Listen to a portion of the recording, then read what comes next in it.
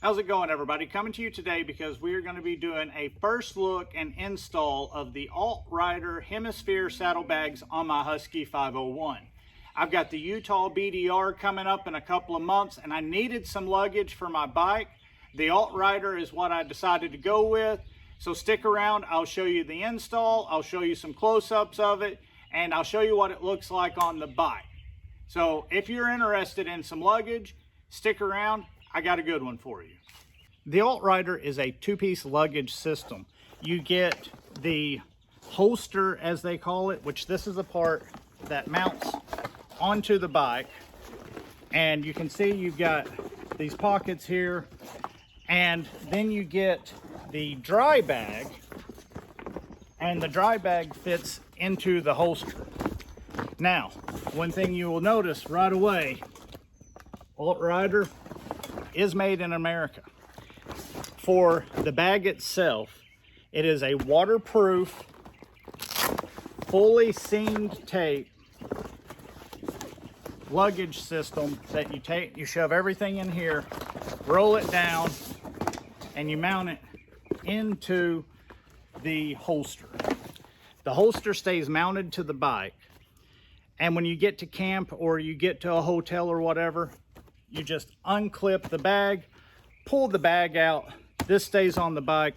Super easy. You've got everything with you to take into your tent or to take into your hotel room. I'll show you real quick some details on the holster.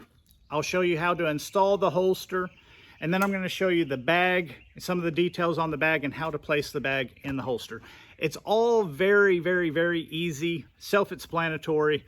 I'm just going to break it down for you Barney style and show you what it looks like. Okay, so here we are at the back of the bike, and you can see you've kind of got this H pattern here of the stitching, and that holds your straps and your mounting straps. Your mounting straps have these little metal hooks, one on each side. If I can get you to show that there. And then you've got a plastic buckle. So what you do is you take your metal hooks, hook them onto your fender, pull the strap tight, and that holds the back in place from sliding forward. The only pressure this has is to keep the bag from sliding forward. So it doesn't have to be like super duper tight. It just has to be enough to keep your bag from pulling forward. And the reason for that is on the front of the holsters, you've got these long straps, and they come down and they tie onto the frame and pull the bag forward. So you're pulling forward with those while holding back pressure with this. Then you've got these straps, two of them, that come up and over the top of the bag and feed in. It'll make more sense when I show everything together. I just wanted to show you the components of it.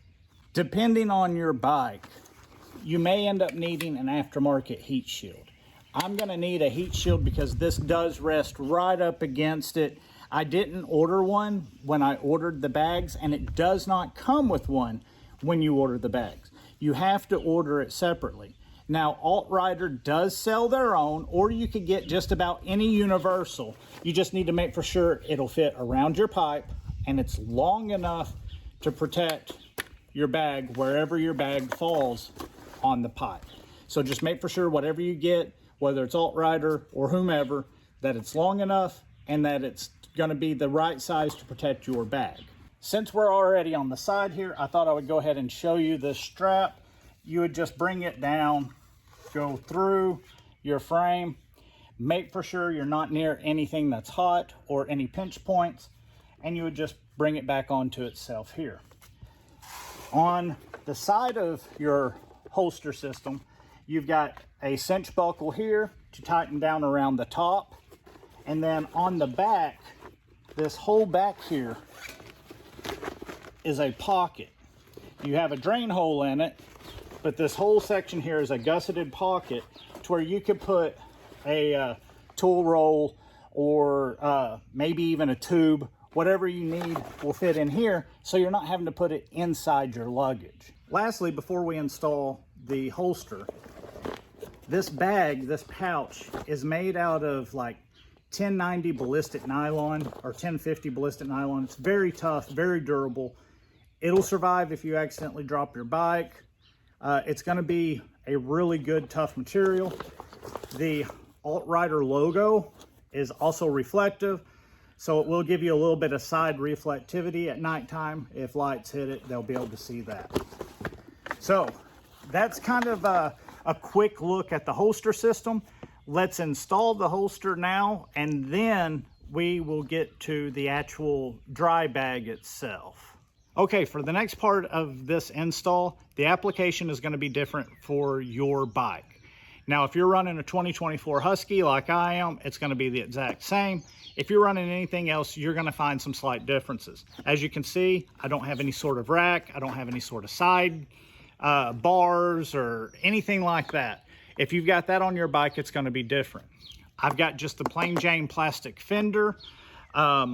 So my install may be different than yours unless you are doing this. The idea is the same, but it might be slightly different. So once you're ready for the install, you're going to find where the bag fits your bike the best and gives you plenty of room on your seat. You know, you don't want it necessarily all the way out here because then all the weight's on the subframe. Your subframe, again, might be able to take it, but for me, mine, I really don't want to put all of it that far on the back. So I'm going to slide it forward some and try to find where it's going to fit for my body to move back and forth, for the bags on the side to not interfere with my legs, and to where I can get a good mounting position for these little hooks. I don't have anything else to hook these hooks onto except the rear fender. If you've got a rear rack, you can use these, or if you don't have a rear rack, you can take, like if you've got rear handles, like on a DR650 or something like that, you can just take this and go through the rear handles, tighten it up. You don't have to even use the hooks. However, for my application, I am going to have to use the hooks. So I want to find where it looks like it's going to work for me, for my body on the seat. I want to make for sure I'm far enough forward to where I'm not being abusive to my subframe. I want to look and make for sure I can reach my frame with the front lines. I'm going to look to where I can take these metal hooks and hook them to the fender. On the Husky right here is a little cutout, and it just so happens that that's where one of my hooks hits for where I want it. Now again, this part will be different depending upon your bike. You may have to go up here somewhere in between the plastic, but I think right there is going to be pretty darn close for my application. I've got another cutout the exact same as this one straight across, so it should work for my other hook. And I'll just bring that around, put the hook in, take this one, hook it, and then take what's left and you want to bring it over the top. When you bring your tail up and over on the opposite side here, you'll see you've got this plastic buckle. You'll just feed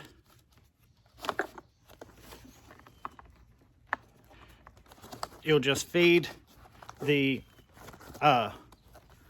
webbing through and tighten it down. Remember that if you need a heat shield, you install the heat shield before you run the bike and get the pipe hot so that you don't damage your bags. And once that's pulled tight, your hooks aren't going anywhere. Now it's time to go to the front. Once you're ready to install the front, take your front straps, find somewhere on a frame, a peg, if you've got passenger pegs, whatever, to wrap this around. For me, the best place is going to be right here. I feel like it's going to be far enough away from the pipe it shouldn't melt. So remember to take that into account, and you'll just kind of pull it, bring it up through its own buckle, same as you did the back. and cinch it down.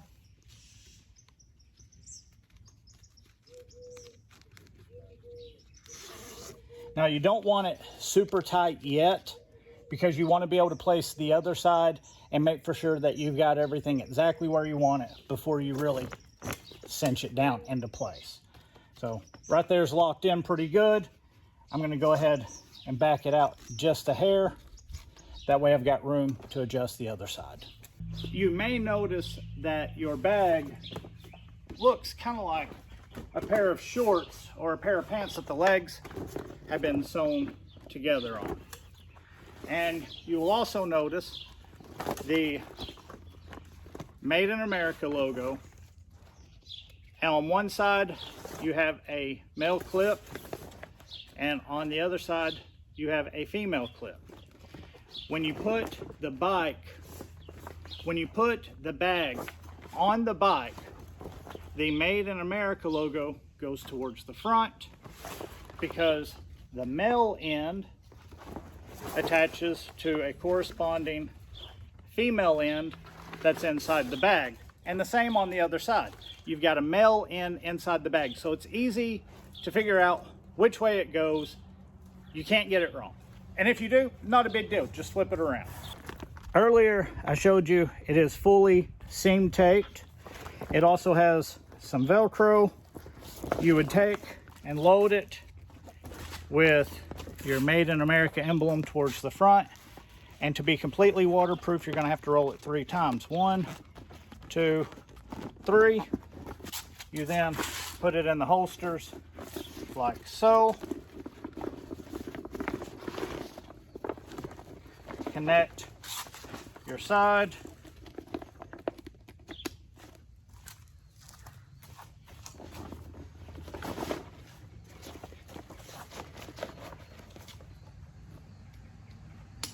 After you put your bag in the holster, connect the sides to the holster. That's where these metal clips and longer straps come in. You'll just take and feed them through, cinch it down, use the included elastic to tie up your loose end so it doesn't flap in the breeze. That is the bag installed into the holsters and how you do that. I'm going to throw some stuff in the holsters real quick just to kind of fill them out so you can kind of see what you can hold. I quickly grabbed some camping supplies that I had out from my last trip just to show a quick pack on the bag. To start with, we're going to take fuel bottles and we're going to put them on the outside of the holsters and those pockets that I showed you earlier, which are right back here, one on each side. So now we're going to take some of the camping gear that I said I had set out. First thing here, this is a Sea to Summit, a Thermarest self-inflating air mattress. And as you can tell, it's very, very bulky.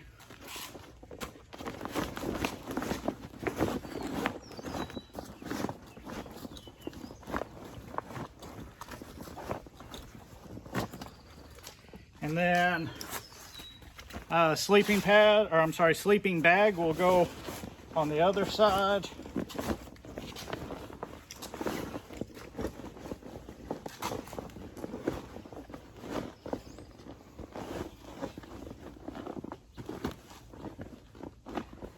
Go. Now let's see. I've got a cook kit and some fuel.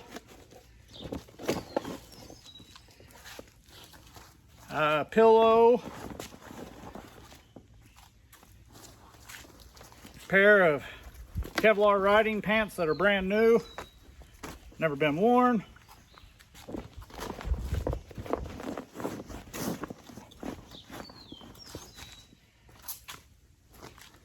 microfiber towel,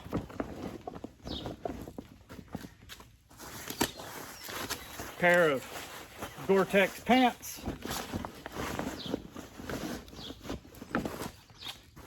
we've got tent, and camp chair. So now take your top, you're gonna roll 1, 2, 3 minimum. Go ahead and tighten it up a little bit more. On the side of the bag in here, you've got your buckle. So you're gonna hook to your buckle.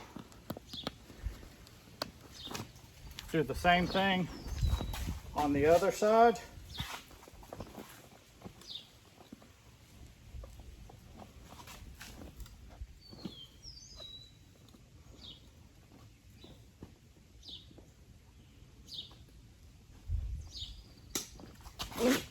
And you can pull these down, make sure they're tight.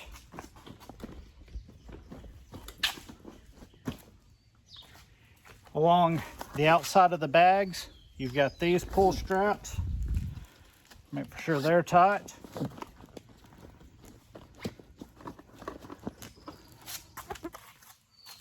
Same over here.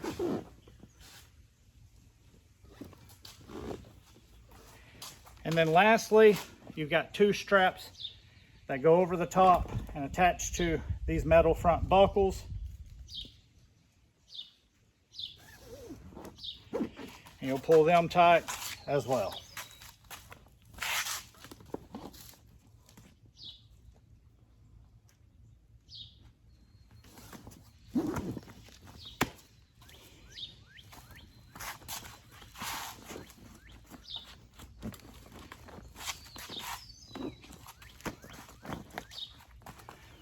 And just like that, we've got an oversized sleeping pad, a pair of pants, a tent, a chair, a 30-degree sleeping bag / quilt, and a pair of pants, some Gore-Tex, a cook kit, just random items. You've still got plenty of room. This is a 39-liter bag. My fuel bottles, you can see that by cinching this up, it can't come out, it's not going anywhere. So my fuel bottles are safe, they're down low. If you didn't use fuel bottles, you could put your tools out here maybe, or anything heavy. Let's see, I can still see I need to get a heat shield to protect the bag there. But all in all, that was a pretty quick, easy, just cram stuff in, and I still got room. I'm gonna take and get on the bike now. You can see I've got plenty of room back behind me. I can scoot back. I've got room to where I could stand up, my legs aren't hitting the back. Scoot forward if I need to. Now I would personally like to have this about 1 inch further back, and I might end up having to modify my fender for that to happen. It's not uncomfortable where it's at, but it's not where I want it, if that makes sense. Getting off the bike, again, no problem. But anyway, so you've got it all packed up, you've got everything done, you get to camp or to the hotel or whatever. You'll release your side, unclip, release the top, 2 straps, do the side straps over here on this bag, and you've got all of your camping supplies. You can take and connect these 2 together. Throw it over your shoulder to carry it as you're going into the hotel or campground. You can take this whole thing, open it up, just get your tent out, set your tent, close this back up, and then carry everything inside your tent. And that way it all stays waterproof. The only issue that I have seen in my limited time with it is that once it's loaded, trying to get it into the holsters is doable, but you will have to fiddle with it a lot, depending on how you have it packed and what you got packed in there.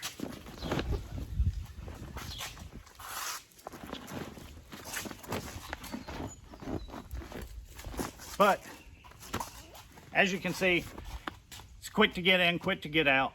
So that is the first look and install of the AltRider Hemisphere Saddlebag system with their holster and their bag. Is it perfect? No. Do I think it's going to work? Yes. Is it something I'm going to have to learn and fiddle with? Yes. Is there a certain amount of fiddle factor with this? Yes. There's going to be some fiddle factor every time you pack, every time you unpack, and there's going to be fiddle factor installing it on your particular bike. But I think it's going to work.